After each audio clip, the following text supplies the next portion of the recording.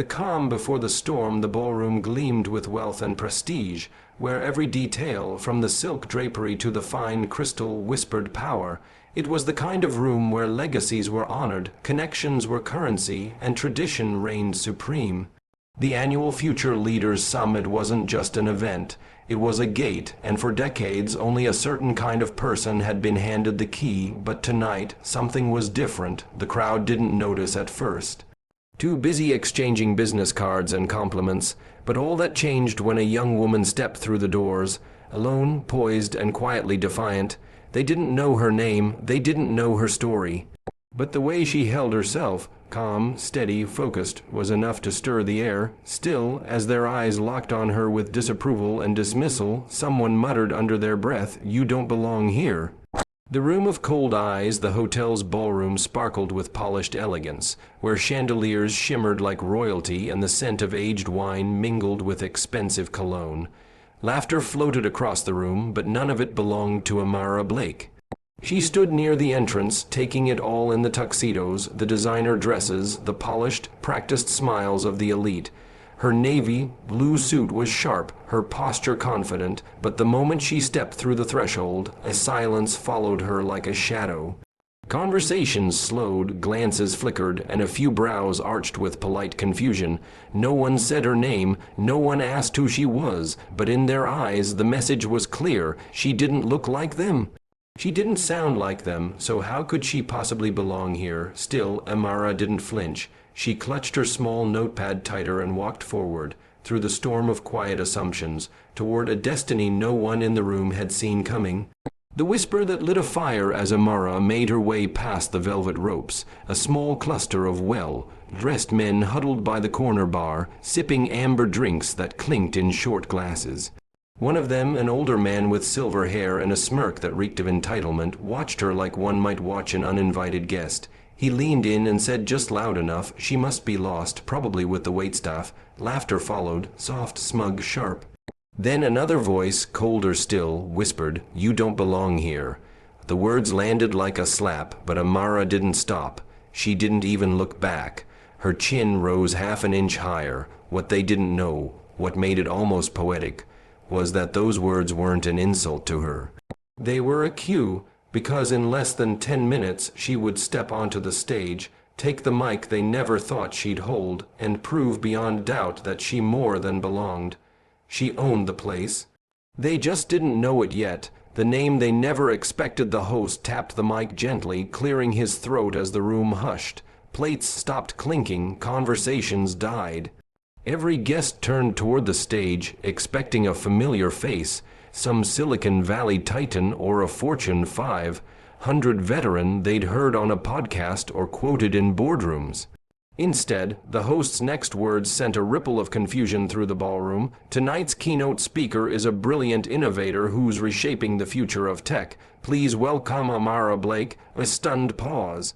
Eyebrows raised, heads turned. "Who?" someone whispered. The man who'd whispered, "You don't belong here," straightened in his seat, lips parted slightly in disbelief. He wasn't used to surprises, especially not ones wearing confidence and curls. The spotlight turned toward the back of the room where Amara now stood, shoulders squared, eyes locked on the mic, and as she stepped forward, the room finally began to realize they'd been wrong about everything. The story behind the silence just 2 weeks earlier, a chain of events had shifted the summit's entire narrative. The original keynote, Dr. Ian Rothman, a well-known tech economist, had been forced to cancel due to emergency surgery. The planning committee had scrambled for a replacement, debating until late into the night. That's when one bold voice suggested Amara Blake. At first there was resistance, too young, not mainstream enough. Will our crowd even know her? But a record silenced doubt. Founder of Mirrorgate, a platform now used to detect algorithmic discrimination in global hiring systems. Forbes 30 under 30, TED speaker, government advisor. She wasn't just qualified. She was disruptive, fresh, and 10 steps ahead of the old guard. The invitation went out, and Amara, ever one to chase the spotlight, had simply replied, "Let's shake the room." Now, as she crossed the stage, the crowd's ignorance felt like a loaded spring, one that was about to snap under the weight of truth. And Amara was ready to pull the trigger. the walk that changed everything. Amara's heels echoed across the marble like a countdown. Each step was deliberate, her chin high, her eyes scanning the faces that had once dismissed her as invisible. The tension in the air thickened, curiosity laced with disbelief. Conversations stuttered mid-sentence. Some sipped their drinks harder, trying to mask their unease. At the edge of the stage, she paused, just for a beat. She could have let their doubt shrink her. She could have let their arrogance define her. But instead, she turned toward the audience, gripped the sides of the podium, and gave them something they didn't expect. A calm, knowing smile. They tried to ignore her presence. Now, they had no choice but to hear her voice, and as her fingers brushed the microphone, the room fell into absolute silence, not from respect yet, but from sheer, stunned anticipation. They had no idea what was coming next. The line that lit the room on fire, her voice cut through the silence like a match in darkness. "Funny thing about belonging," she said slowly, eyes locking with the doubters in the crowd. "It's not something you wait for someone else to grant you. Sometimes you bring it with you." Gasps. A single surprised laugh from the back, heads tilted.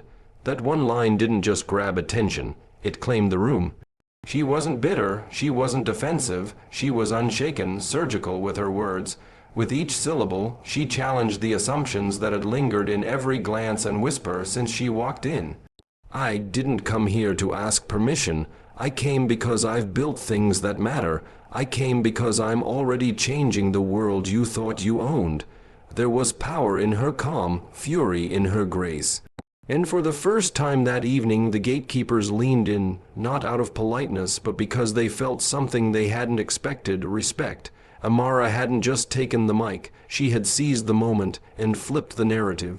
The rise of Mirrogate. Amara leaned in just slightly, her tone shifting, calm, confident, but sharp enough to draw blood. "Let me tell you about a system I created, one that watches the watchers."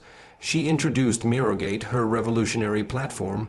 Born from sleepless nights, coded between shifts, tested in borrowed labs. It used AI to uncover hidden bias in everything from corporate hiring systems to public sector databases.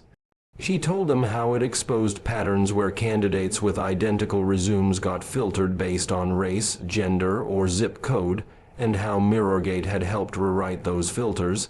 It's been used by 5 government agencies, 3 Fortune 500 companies, and counting. Now the audience leaned forward, not just the students and underdogs. Even the power brokers began taking mental notes. The tech world they thought they dominated was already being reshaped by the woman they tried to overlook.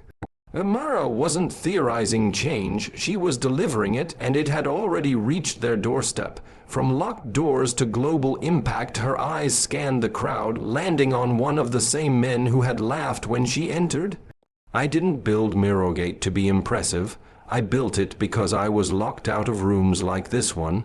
She shared how, years earlier, she'd applied for internships at companies that ghosted her, only to later consult for them through government-backed audits.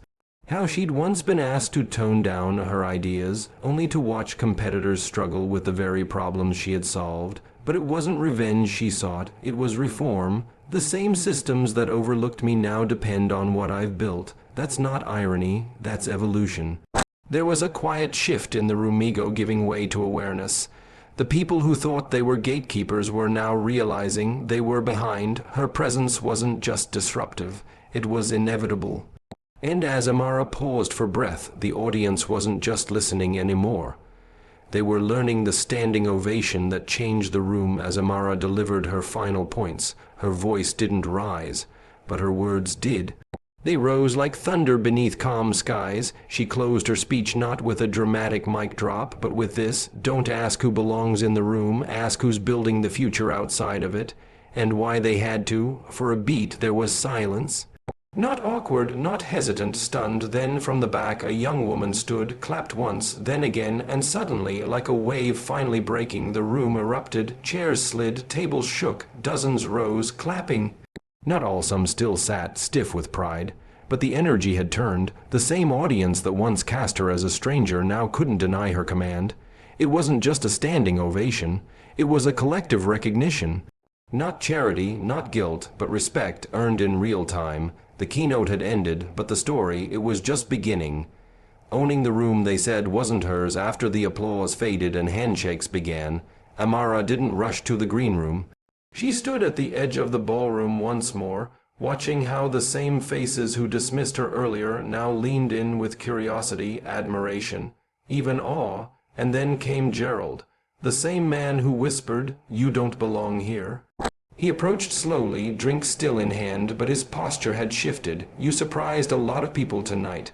Amara's smile returned, subtle but unshaken. "I do that often, but not for long." There was no arrogance in her voice, just truth.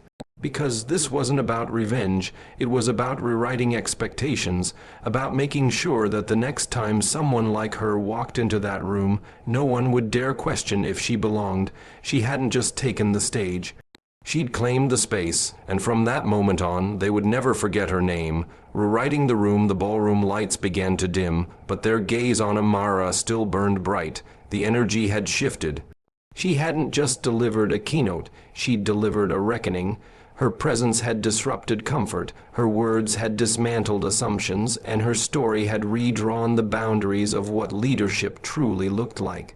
Some guests would return home humbled, others would pretend the moment didn't shake them, but none could forget the look in her eyes or the strength in her voice. Amara Blake didn't enter the room to fit in. She entered to change it, and now the next time someone like her walks into that ballroom, different, uninvited, underestimated, they'll remember the night the girl they doubted grabbed the mic and owned the very stage they said she didn't belong on.